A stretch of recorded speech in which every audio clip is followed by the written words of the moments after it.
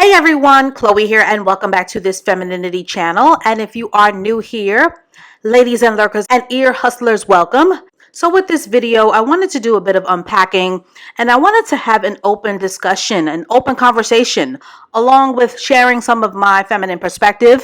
And yes, feathers will be ruffled regarding the trailer for the upcoming film, The Woman King, directed by Love and Basketball's Gina Prince Blythewood, and starring our beloved actress Viola Davis, who in my opinion invented acting and who is a phenomenally dynamic woman, who is an amazing artist, and who is spiritually insightful and gifted beyond measure. To say that I adore this woman and all that she represents would be an understatement. So there will never be any Viola Davis bashing or disrespect in this here dancery. And I have nothing but the utmost admiration and high regard for this woman.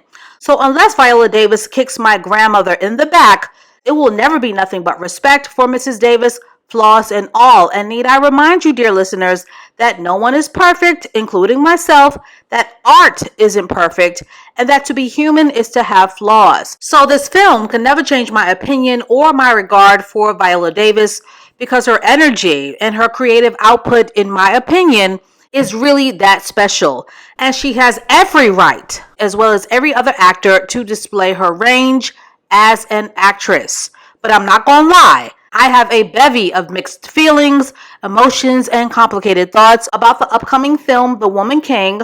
The provocative title of the film alone is loaded and speaks to deeper issues and to the complexities of the continued perpetual engineering of Black women, and more importantly, dark-skinned Black women, as the de facto and the forced engineered face of strength. Now, for a bit of house cleaning, and before you decide to knee-jerk react in the comments section below, in all fairness and with a rational mind, I do not believe that it is fair game to criticize and to dismiss something that you haven't even seen.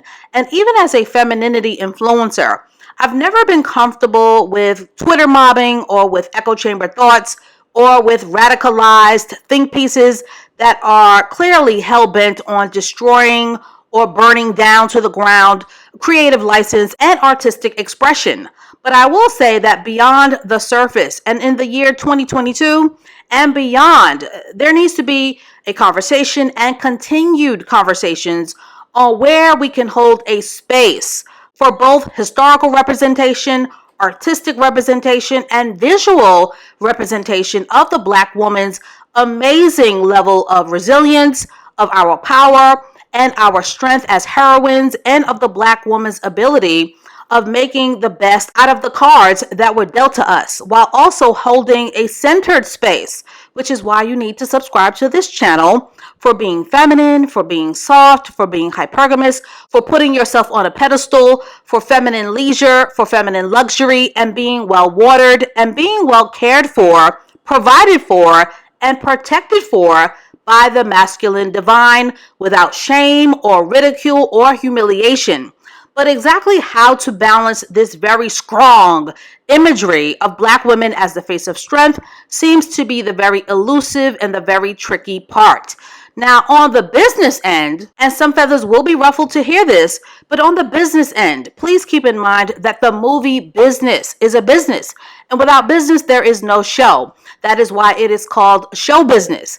But now that everybody with a microphone is a critic, I have noticed a significant decrease in African American films and less films that speak to the African American experience because of the tremendous fear of failure at the box office, which is a whole nother conversation that I don't think a lot of Black people are really ready for. Because in many ways, Black people want to see representation, but they aren't necessarily willing to pay for it. It is a known fact that people don't necessarily put their money or their attention behind positivity, because positivity in many regards is boring.com, which will often translate into low box office numbers and low user engagement and low user interest, which in turn will turn the financial investment of a film into a flop. So the question now remains is, will Black women go to see this movie in droves? But just to give a bit of background, for those of you who don't know, the Woman King tells the historical story of the Dahomey Kingdom, which today is modern day Benin, and tells the story of a female general and her all-female military unit and her daughter, who together fought European colonization of the French and who fought the threatening neighboring tribes who violated their honor as well. And of course, upon release of this trailer, there were a range of reactions, and the reactions have been mixed. Some women caught goosebumps, and some women saw this film as inspiration for the Black woman's spirit animal. Some people cannot wait to experience a cinematic period piece that symbolizes African resistance, and some people are giving this film the side eye and a very hard pass. Now, the elephant in the feminine room, of course, which is what this video is all about, is the radioactive topic of Black women, particularly dark-skinned Black women being portrayed as fighter warriors. And this is a particularly nagging, troublesome image in the femininity community when it comes to course correction and representation. As many of you know, Black women desire femininity now more than ever, and they desire hypergamy. They desire to be lovers over being fighters, and they desire feminine wellness now more than ever. And Black women now more than ever want the right, the balanced right to be perceived as soft, to be perceived as radiant, and the right to be perceived as naturally feminine, and the right to be perceived as a damsel in distress, and the right to be perceived as worthy of provision. And Black women are exhausted with the idea and the engineered notion of carrying male responsibility and of having to be our own overly self-reliant providers and protectors, and from having our power density being compared to the equivalent of a man's. Black women, they want rest, they want to feel empowered through their feminine divine and less through their masculine ambition.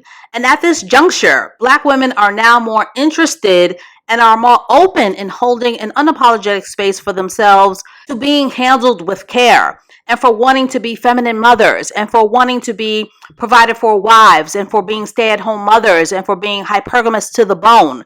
These are the aspects of womanhood that have been largely wholesale denied to Black women for such a long time. And some feathers may be ruffled to hear this, but let's not pretend that the Black woman's engineered over embrace of masculinity and masculine tropes and masculine behavior has not come with severe unwanted consequences and long-term ramifications. So the cultural implications of these kind of hulking visual narratives have been historically devastating, as it creates this confusing, destructive notion, whether intentionally or unintentionally, that Black women have a higher pain threshold, that Black women can take a punch, that Black women are incapable of softness, that Black women are inherent natural fighters, that Black women are natural warriors, that Black women are natural surrogates and substitutes for masculine energy. And these are the tropes that aren't necessarily supportive of the feminine divine when it comes to desirability politics. Now, of course, some feathers will be ruffled by what was expressed in this video, but all in all, yes, I will be going to see this film to experience it for myself, so there will be a follow-up video. But the facts are that people will always trust movies more than they will invest the time in reading a boring history book. This is why Hollywood has always been such a powerful medium and such a powerful tool of influence. But I think that historical fiction, when done properly, has the power or the potential to educate and to entertain people, and will hopefully inspire people to crack open a history book. So hopefully this film will manage to do both. So that is all that I have to say on this for now. As Black women, we have many paths for greatness and for visibility, and Lord knows we already have a lifetime of entertaining ratchetness that is a part of American culture. But we are now entering an era where holding a space for being feminine should no longer be considered taboo or unreachable or unattainable, nor should femininity be considered a down-the-line afterthought or an unattainable fantasy. So ladies and lurkers, I leave you with these conversation starters. Should this movie be given a chance? As a woman, are you comfortable with the idea of being called a king? Have people become too sensitive and too woke for their own good? Do Black women deserve feminist representation, or is the woman king an empowerment trick bag of Black girl magic or Black girl tragic? And as always, I look forward to reading your amazing responses to this video below. And stay tuned for more femininity conversations to come. And I will catch up with you ladies and lurkers and ear hustlers in the next one.